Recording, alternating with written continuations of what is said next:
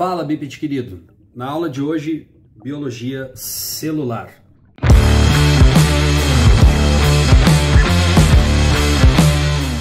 Então, a primeira coisa que a gente tem que analisar na biologia celular é a hierarquia. Então, nós temos, por exemplo, aqui começando pelas macromoléculas, é claro que nós poderíamos ter começado pelos átomos, por moléculas menores, mas começando aqui por macromoléculas, nós temos então as macromoléculas. Então uma célula é um conjunto de macromoléculas. Então a célula é a unidade básica da vida, lembrando que uma célula por si só, ela já pode ser um ser vivo, um ser unicelular.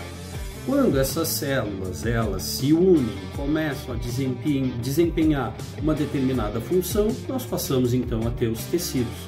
E assim sucessivamente, um conjunto de tecidos, nós teremos um órgão, um conjunto de órgãos formarão os sistemas e o conjunto de sistemas formará então um organismo. Então nós temos uma classificação das células e essa classificação ela está intimamente ligada com a ausência ou com a presença da membrana nuclear, ou também chamada carioteca. Então nós temos as células mais antigas, chamadas as células pró-carióticas, são as primeiras células. Esse pró, pensando na etimologia da palavra, pró quer dizer antes, cário quer dizer núcleo, então vamos colocar aqui antes, núcleo, e esse tecas, ele quer dizer depósito, estojo, ou qualquer coisa que dê a entender que está guardando alguma coisa. Então vamos colocar aqui um meio de depósito. Então nós não temos o material genético sendo depositado, sendo guardado por um envelope, o nosso núcleo. Então essas são as células procarióticas. Já nas células eucarióticas, o eu quer dizer verdadeiro e aqui o carióticas, que é a mesma relação ali das células procarióticas. Então aqui nas eucarióticas nós temos efetivamente um envelope nuclear guardando então o nosso DNA. Então, na característica das células procarióticas, nós temos uma organização estrutural muito simples. Elas têm uma parede celular de glicoproteína, a chamada mureína, o peptídeo glicano. Elas não possuem o núcleo individualizado, ou seja, nós não encontramos aqui a membrana nuclear. Nós encontramos um DNA circular aqui, o chamado plasmídio. Elas não possuem organelos membranosos e aqui tem uma questão muito importante. Qual é a origem evolutiva dos organelos membranosos? É o mesmo processo evolutivo que foi formar a membrana nuclear. Então, se nós não encontramos aqui uma membrana nuclear, é óbvio que nós ainda não encontramos organelos membranosos.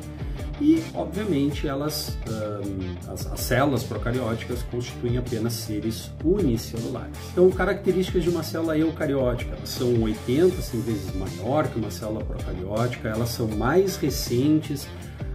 O que distingue uma célula eucariótica de uma procariótica, como nós já conversamos, é a membrana nuclear.